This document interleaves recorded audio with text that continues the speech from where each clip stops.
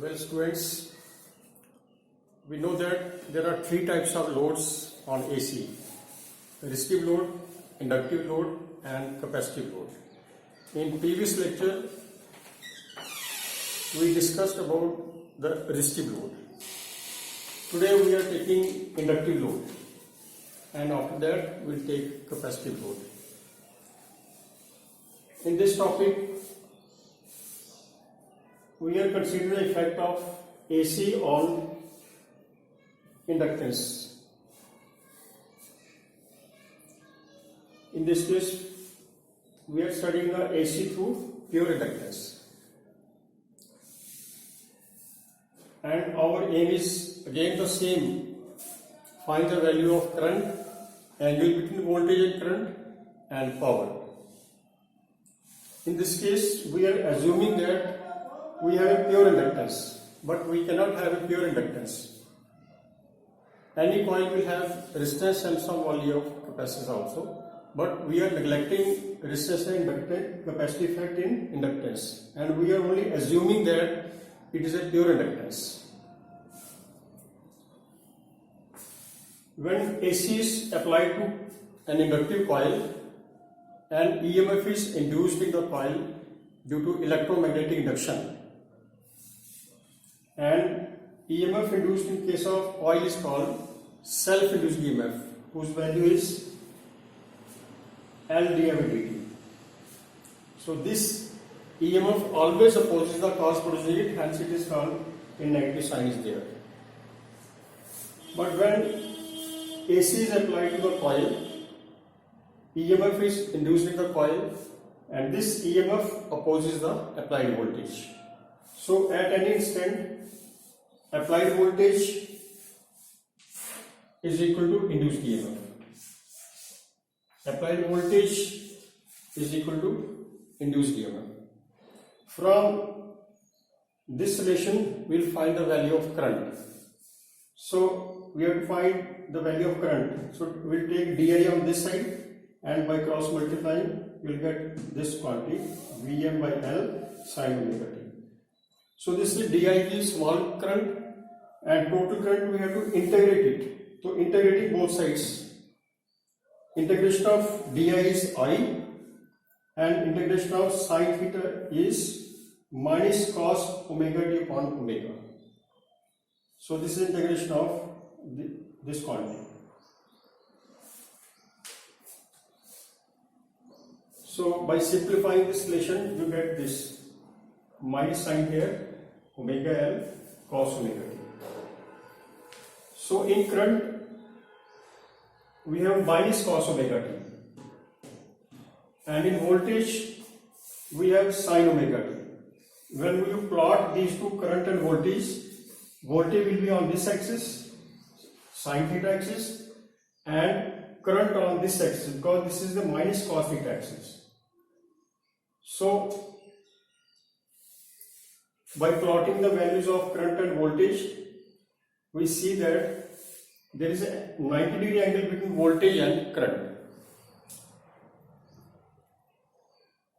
and the relationship of current is I is equal to Im sin omega t minus pi by 2. So when this quantity is 1, current will be equal to Vm by omega. This value of current is called maximum value of current. So you substitute Vm by omega L here, Im. So you will get equation of alternating current, which is I is equal to Im sin omega t minus pi by 2.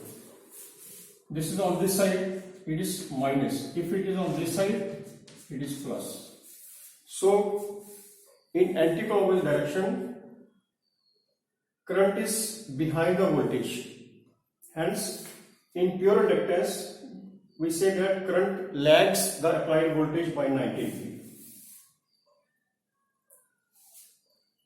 In pure inductance, current lags the applied voltage by 90 degrees. So angle between voltage and current is 90 degrees. Now we will take this quantity omega L. Inductive reactance. in case of pure resistance, formula for current was V by R. But in pure inductance, R is 0. In place of R, there is quantity omega L. So in pure resistance, in place of omega L, there was R. And in pure inductance, in place of R, it is omega L. This omega L is called inductive reactance. जो चीज resistance की जगह पर आए उसको हम reactance बोलते हैं. जो चीज रेजिस्टेंस की जगह पर आए उसको हम रिएक्टेंस बोलते हैं, क्योंकि इसमें रेजिस्टेंस तो 0 है. तो रेजिस्टेंस की जगह कौन सी चीज है जो अपोज कर रही है, वो है ओमेगा एल. सो इस ओमेगा एल को हम बोलते हैं reactance. In case of inductance, it is called inductive reactance, and when we take the case of capacitance, it will be called capacitive reactance in pure capacitive case. But in inductive case, it is called inductive reactance. So omega L in this expression is called inductive reactance. It is denoted by XL. So XL is equal to omega L 2 pi f L. Omega is equal to 2 pi f L. Unit of XL is the same as that of resistance. So unit of reactance is also ohms. Now you have to remember that unit of reactance is ohms, whereas unit of inductance is L. This L is inductance. L is inductance in Henry and XL is reactance. Inductive reactance in ohms. So these two quantities are somewhat confusing. Sometimes inductance is used for inductive reactance. So you have to remember that if its unit is Henry, then it is inductance. If its unit is ohms, then it is inductive reactance. So unit of inductive reactance is ohms and unit of inductance is Henry. If it is in Henry, then it is inductance. If it is in ohms, then it is inductive reactance. So this is the value of current in pure inductance, whereas value of current in pure resistance was Vm by R. Now next we will consider the relationship of power.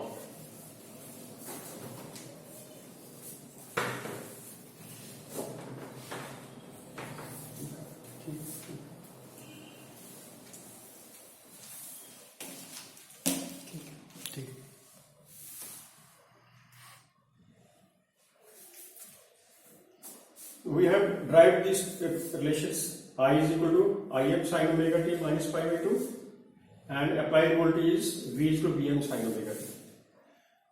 So when we plot these two as phasors, sin theta phasor is here, sin theta minus pi by 2.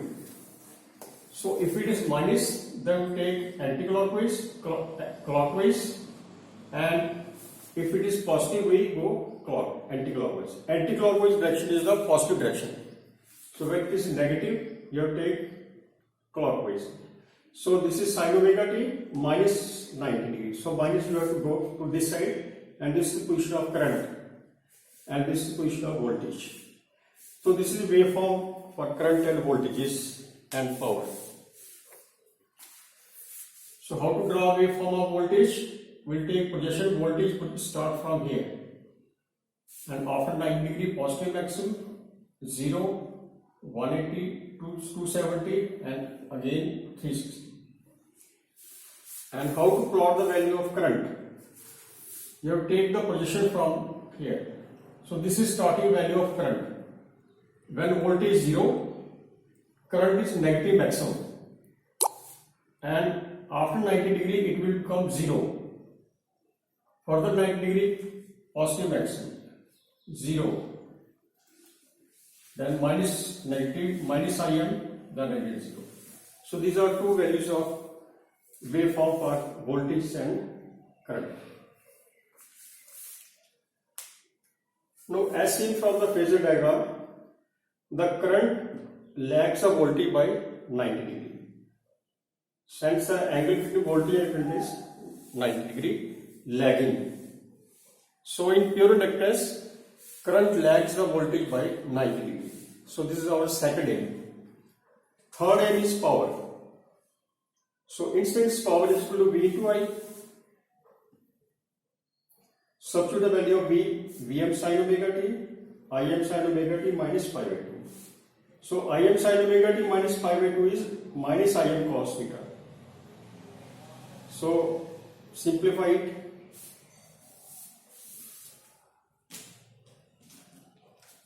Multiply this relation. Multiply by 2 and divide by 2. Now 2 sin A cos A is called sin 2A. 2 sin A cos A is sin 2A.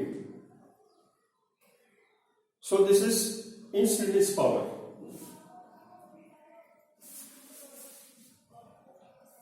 We have taken the power in whole cycle or average power. So average power is integration of this quantity over complete cycle. So integration of this quantity over complete cycle is 0. Integration of sin 2 omega t over complete cycle is 0. Hence power absorbed in pure inductance is 0. So we have derived three relations.